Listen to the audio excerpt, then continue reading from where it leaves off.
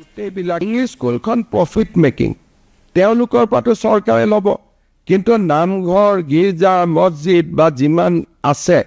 গাঁৱত প্ৰতি বিঘাত মিছন বসুন্ধৰাৰ প্ৰিমিয়াম হ'ল 500 টকা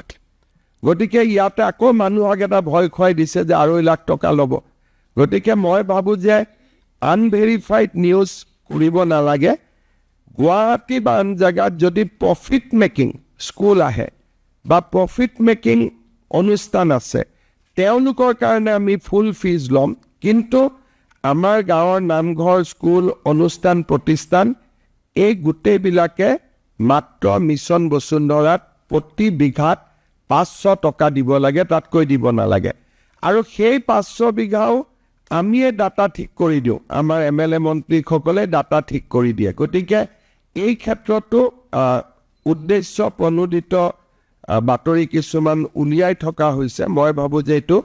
ঠিক কথা নহয় কথাখিনি মই এবাৰ ক্লিয়াৰ কৰি দিছো আৰু মিছন বসুন্ধৰাৰ ওপৰত মই আকৌ এবাৰ কৈছো যে আমি 24,280টা নামঘৰ স্কুল কলেজ বিদ্যালয়ক আমি দিয়াৰ নাম অনুমোদন কৰিছো ইয়াতে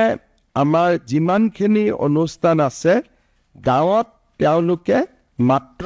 500 টকা দিব লাগিব নগৰত 258টা মাত্ৰ এনেকুৱা এলটমেন্ট আছে তেওঁলোক যদি প্ৰফিট মেকিং হয় 100% অফ জোনেল ভ্যালু দিব লাগিব আৰু যদি প্ৰফিট মেকিং নহয় তেতিয়াহলে অনলি